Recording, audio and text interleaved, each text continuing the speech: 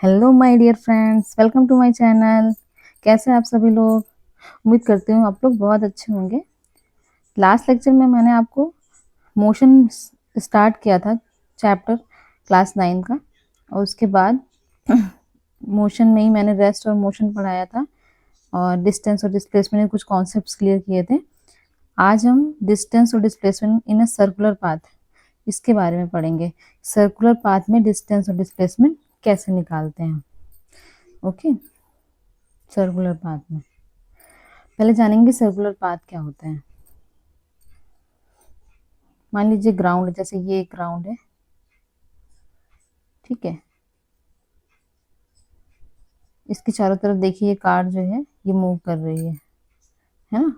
इसी के चारों ओर चक्कर लगा रही है गोल गोल। तो हम क्या कहेंगे, जो ये कार है वो सर्कुलर पाथ पे मूव कर रही है। अब हमें इस केस में डिस्टेंस और डिस्प्लेसमेंट निकालना है। अगर कोई भी ऑब्जेक्ट जो है वो सर्कल के चारों ओर मूव कर रहा है, ठीक है, देन उस केस में हम निकालेंगे कि उसका डिस्टेंस क्या होगा और डिस्प्लेसमेंट क्या होगा। ठीक है, देखते हैं ये। यहाँ पे दो केस में हम निकालेंगे, एक तो फुल रिवॉल्यूशन और एक हाफ रिवॉल्यूशन। ओके, अब फुल रिवॉल्यूशन में देखेंगे ये हमारा एक ग्राउंड है, ठीक है, जो कि सर्कुलर ग्राउंड है, ठीक है। मान लीजिए एक क्रिकेटर को कहा गया है कि आपको एक ग्राउंड के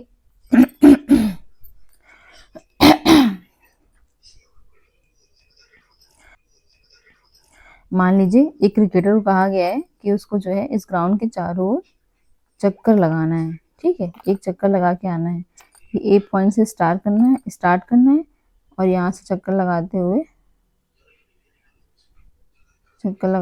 एक पूरा चक्कर लगा के, फुल रिवॉल्यूशन का मतलब पूरा चक्कर एक लगाना है, ठीक है। इसके बाद ए, फिर से ए पे आ जाना है और हमें इस केस में क्या निकालनी है, डिस्टेंस निकालनी है और डिस्प्लेसमेंट निकालना है। पहले हम देखेंगे डिस्टेंस क्या होगी। डिस्टेंस क्या होता है, actual length of the path ना, actual length of the path, जिस पाथ पर ऑब्जेक्ट चल रहा होता है, ठीक है। अब क्रिकेटर जो है वो ए से स्टार्ट किया और इसी सर्कुलर पाथ पे चलते हुए ए पर ही पहुंच गया, तो डिस्टेंस निकालनी है। इस केस में डिस्टेंस क्या होगी, ये जो किनारा होगा सर्कल का वही तो होगा, और सर्कल किनारे को हम लोग क्या कहते हैं, सर्कल, जैसे मान लो ये एक सर्कल है, ठीक है, मान लिया एक सर्कल है ये, और ये जो है ये किनारे किनारे सर्कल का किनारा है, इसको क्या कहते हैं हम लोग, इसको हम लोग कहते हैं सरकमफेरेंस। क्या कहते हैं, सरकमफेरेंस, इसे कहते हैं सरकमफेरेंस। और सरकमफेरेंस क्या होता है किसी भी सर्कल का, होता है 2πr। ओके, मान लीजिए ये जो सर्कुलर ग्राउंड है, इसकी जो रेडियस है वो 7 मीटर है। रेडियस कितनी है, रेडियस है 7 मीटर, ठीक है। इस केस में सरकमफेरेंस रेडियस कितनी है, 7 मीटर। अब डिस्टेंस क्या होगी, actual length of the path. Actual length of the path इस केस में, फुल रिवॉल्यूशन के केस में सरकमफेरेंस ही हो जाएगा, क्योंकि इसी पाथ पे तो मूव कर रहा है किनारे किनारे ना, और ये पाथ जो है वो क्या कहलाता है। अब डिस्टेंस क्या होगी, actual length of the path. Actual length of the path इस केस में, फुल रिवॉल्यूशन के केस में सरकमफेरेंस ही हो जाएगा, क्योंकि इसी पाथ पे तो मूव कर रहा है किनारे किनारे ना, और ये पाथ जो है वो क्या कहलाता है, सरकमफेरेंस कहलाता है। तो सरकमफेरेंस क्या होगा, 2πr हो जाएगा, और यही क्या होगी, डिस्टेंस हो जाएगी। 2 इंटू पाई की वैल्यू 22/7 होती है, और आर की वैल्यू यहाँ पे 7 मीटर दी हुई है, ठीक है। इस केस में डिस्टेंस क्या निकल आएगी हमारी, 4 मीटर। 7 से 7 कट जाएगा और 2 इंटू 22 44 मीटर आ जाएगा। अब निकालना है कि डिस्प्लेसमेंट क्या होगा। डिस्प्लेसमेंट क्या होता है, इनिशियल और फाइनल पॉइंट के बीच की शॉर्टेस्ट डिस्टेंस। तो ए क्या है, यहाँ इनिशियल पॉइंट है हमारा, अच्छा फाइनल पॉइंट क्या है हमारा, फाइनल पॉइंट हमारा ए ही है, क्योंकि उसने ए से ही स्टार्ट किया है और सर्कुलर पाथ पे चलते हुए ए पर ही पहुंच गया है। तो डिस्प्लेसमेंट इस केस में क्या हो जाएगा, अगर इनिशियल और फाइनल पोजीशन दोनों सेम हो तो उस केस में डिस्प्लेसमेंट क्या हो जाएगा, उस केस में डिस्प्लेसमेंट जो है हमारा हो जाएगा 0। ठीक है, 0 हो जाएगा। तो समझ में आया होगा आपको कि डिस्टेंस जो है 44 मीटर हो जाएगी और डिस्प्लेसमेंट क्या हो जाएगा, 0 हो जाएगा। अच्छा, अब हाफ रिवॉल्यूशन के केस में देखते हैं। अब हमने फुल रिवॉल्यूशन के केस में देखा था, अब हाफ रिवॉल्यूशन के केस में देखते हैं। मान लीजिए उससे कहा गया क्रिकेटर से कि ए से आपने स्टार्ट किया, अब पहले इतना चले थे, फुल रिवॉल्यूशन नहीं करना है, इस बार हाफ रिवॉल्यूशन करना है, केवल आधा चक्कर लगाना है ग्राउंड का।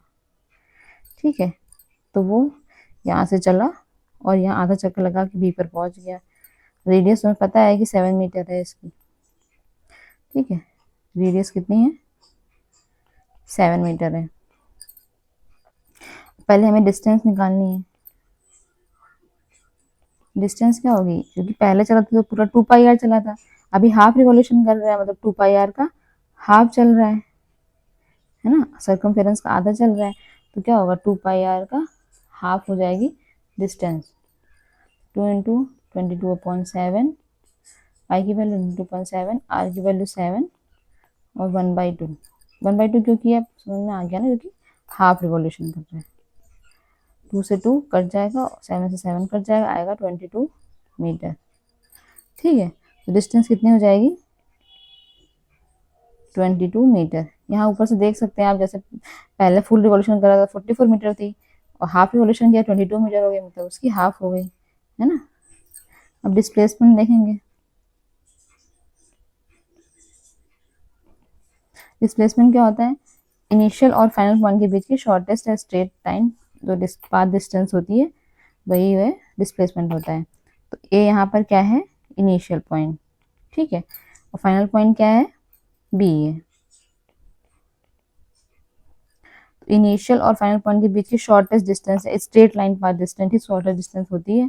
तो हमने यहाँ पे एक स्ट्रेट लाइन ड्रॉ की। ठीक है, यही जो डिस्टेंस होगी, इसकी जो डिस्टेंस होगी, इस पाथ की जो लेंथ होगी, वही क्या होगी, हमारी डिस्प्लेसमेंट होगी। अच्छा, ये पाथ जो होगा इसको क्या बोलेंगे हम, किसी भी सर्कल के एक पॉइंट से दूसरे पॉइंट, उसकी जो सर्कमफेरेंस पर किसी एक पॉइंट से दूसरे पॉइंट को मिलाने वाली जो लाइन होती है और वो सेंटर से जा रही होती है, तो उसको हम कहते हैं डायामीटर है। तो ये ए बी क्या होगा हमारा, ए बी हमारा डायामीटर होगा। जो हाफ रिवॉल्यूशन कर रहा है तो पता ही है कि वो सेंटर से ही जाएगा, है ना। तो डिस्प्लेसमेंट क्या हो जाएगा, 2 इंटू डायमीटर क्या होता है, डायमीटर होता है 2 इंटू रेडियस। ठीक है, और यही क्या होगा हमारा डिस्प्लेसमेंट होगा। डिस्प्लेसमेंट क्या हो जाएगा, 2 इंटू आर। 2 इंटू आर की वैल्यू क्या है, 7 मीटर है, तो डिस्प्लेसमेंट कितना हो जाएगा, 14 मीटर। ठीक है, आई होप आप लोग को समझ में आया होगा फुल रिवॉल्यूशन और हाफ रिवॉल्यूशन के केस में डिस्टेंस और डिस्प्लेसमेंट क्या होगी। आगे मिलते हैं आपसे एक और लेक्चर के साथ, ओके, जिसमें हम स्पीड और वेलोसिटी पढ़ाएंगे। ओके, तब तक आप लोग इसको रिवाइज कर लीजिएगा और कोई भी क्वेरी हो तो पूछिएगा जरूर मुझसे कमेंट बॉक्स में। Okay, thank you.